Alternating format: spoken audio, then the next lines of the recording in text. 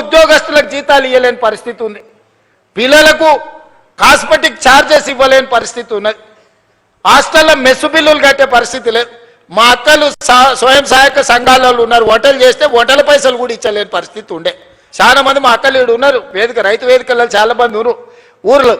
ఊర్లలో బల్లె పిల్లలకు వండి పెడితే వండి పెట్టిన వాళ్ళకు కూడా మనం పైసలు ఇవ్వలేని పరిస్థితి. అప్పులు తెచ్చి వాళ్ళు కూరగాయలు మితికి తెచ్చి పిల్లల కూరలో బడికి వండి పెట్టామంటే కూరగాయలు, ఉప్పు, పప్పు, బెల్లం, చింతపండు, కోడిగుడ్డు వాళ్ళే బాకీలు తెస్తే మిత్తి కట్టలేక చచ్చిపోయారు. మా అక్కలు ఇజ్జత్ కోసం మెడల్లో ఉన్న బంగారం, చెవులకున్న పోగులు అమ్మి ఆ అప్పు కట్టారు. ఆ పరిస్థితి ఉండే. ఇట్లాంటి దివాలా తీసిన సంసారాన్ని అప్పుల పాలు చేసి ఏం అర్థం కాకుండా గందరగోళం చేసి అప్పులు చేసుడే కాదు అడ్డగోలుగా తప్పులు కూడా చేసేడు. ఏడిపోయినా ఇజ్జత్ లేకుండా ఢిల్లీకి పోతే ఇజ్జత్ లేదు, గల్లీకి పోతే ఇజ్జత్ లేదు, పక్క రాష్ట్రానికి పోతే ఓయమ్మ ఇటు తెలంగాణలో ఇంతో మాట్లాడితే ఏం అడుగుతాడో అన్నట్టుగా తప్పించుక తిరిగే పరిస్థితి ఉండే. అట్లా సంసారం మొదలుపెట్టి 30 నెలల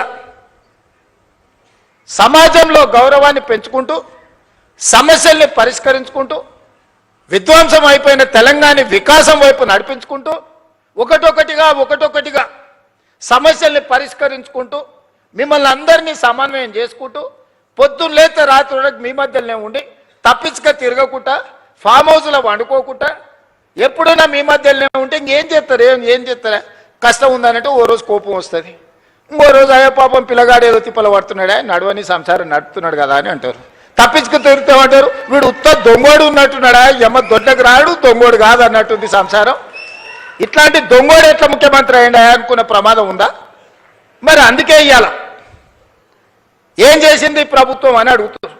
నేను సూటిగా కొన్ని లెక్కలు వ్యవసాయానికి రైతుల గురించే చెప్పదలుచుకున్న, మిగతా అన్ని నేను ఈరోజు చెప్పదలుచుకోలేదు. ఎందుకంటే ఇది రైతుల పండుగ, ఇది రైతు వేదిక, ఇది శిల్పారామం కూడా ఒక రైతు వేదికగా మార్చి ఇవాళ మా వ్యవసాయ శాఖ కమిషన్ కోదండ రెడ్డి గారితో సహా మా సభ్యులందరూ ఈరోజు రైతుల కోసం మంచి ఎట్లా చేయాలన్న ఆలోచనతోని ఇవాళ వందలాది రైతు వేదికలలో ఇవాళ మనోళ్ళందరూ కూర్చొని ఉన్నారు. నేను ఇవాళ ఉన్న విషయాలు మీ ముందర చెప్పదలుచుకున్నా. మీకు చెప్పకపోతే మీరు ఊరికెళ్ళి ఊర్లో మన పాలెళ్ళకో లేకపోతే మన దగ్గర ఉన్న వ్యవసాయ మన సహచరులకు చెప్పకపోతే ఈ సమస్య అనేది ఇట్లనే జటిలంగా మారుతుంది. ఇవాళ రైతు రుణమాఫీ 25,35,000 మంది రైతులకు 20,677 కోట్ల రూపాయలు 2 లక్షల వరకు రైతు రుణమాఫీ చేసిన మాట వాస్తవం కాదా? ప్రతి ఊర్లో రైతుల వివరాలు గ్రామ సభలలో చదివి వినిపించినాం. రైతు భరోసా ఆయన రైతు బంధు అన్నాడు. ఆ రైతు రాబంధు మీకు బకాయి పెడితే ప్రభుత్వం వచ్చిన ఎంబడే నెల తిరగక ముందే 7,000 కోట్ల రూపాయల పాత బకాయిలు మేం చెల్లించినాం. రైతు రాబంధువు మీ నెత్తి మీద పెట్టిపోతే నేను వచ్చి కట్టిన ఒడ్లు సివిల్ సప్లైస్ కార్పొరేషన్ కొని బకాయిలు పెట్టిపోతే ఉత్తమ్ కుమార్ రెడ్డి గారు వచ్చి ఈరోజు ఆ ఒడ్ల పైసలు ఆనాడు 2023 నాడు మీకు చెల్లించడం జరిగింది. ఇవాళ రైతు భరోసా 10,000 సంవత్సరానికి వాళ్ళు ఇస్తే 12,000కు పెంచి ఇప్పటి వరకు 27,000 పైచిలుకు కోట్ల రూపాయలు మీ ఖాతాలేసి ఇవాళ మరో 9,000 కోట్ల రూపాయలు వేయడానికి మొదటి విడత 9 రోజుల్లో మీ ఖాతాలో 9,000 కోట్లు వేయడానికి దాదాపుగా రైతు భరోసా మీద ఈ విడతతో కలిపితే 36,000 కోట్ల రూపాయలు ఈరోజు రైతులకు అందించిన చరిత్ర ఈరోజు ఈ ప్రభుత్వానిది. అదేవిధంగా కాంగ్రెస్ వస్తే కరెంట్ ఉండదు, కాంగ్రెస్ వస్తే రైతులకి కరెంటు కష్టాలన్నారు. ఉచిత కరెంట్ ఎవరయ్యా కనిపెట్టింది? ఈ దేశంలో ఎవరికన్నా రైతులకు ఉచిత కరెంట్ ఇవ్వాలన్న ఆలోచన వచ్చిందా?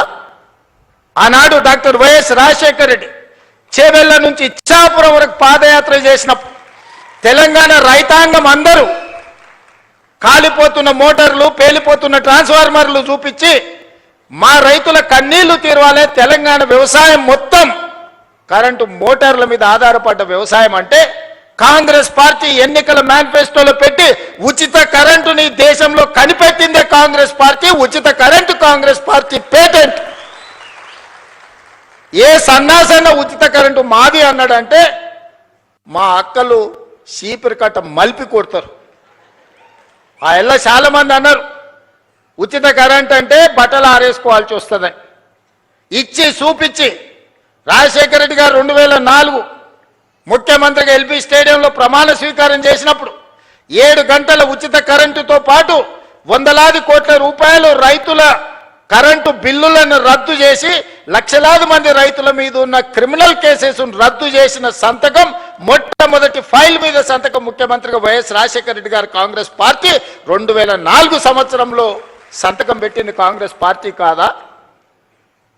ఇవాళ గుడ్డొచ్చంట కోడిని బెదిరించిందంట. ఈడెవడో వచ్చి మేమిచ్చిన ఉచిత కరెంటుకు నీ ఖాతాలో రాసుకొని కాంగ్రెస్ వస్తే కరెంటు కష్టాలన్నాడు. ఆ ఉచిత రైతు కరెంటుకు ప్రతి నెల మా బట్టి విక్రమార్క గారు ఆర్థిక మంత్రి ఆయనే, విద్యుత్ శాఖ మంత్రి ఆయనే, ఎడమ చేత్తో ఇస్తుండు, కుడి చేత్తో తీసుకుంటూ నెలకు 1000 కోట్ల రూపాయలు ఇవాళ రైతులకు ఉచిత కరెంటు మీద 30,000 కోట్ల రూపాయలు 30 నెలల బట్టి విక్రమార్క గారు ఉచిత 24 గంటల ఉచిత విద్యుత్ కోసం రైతుల కోసం 30,000 కోట్ల రూపాయలు ఈనాటికి మనం ఖర్చు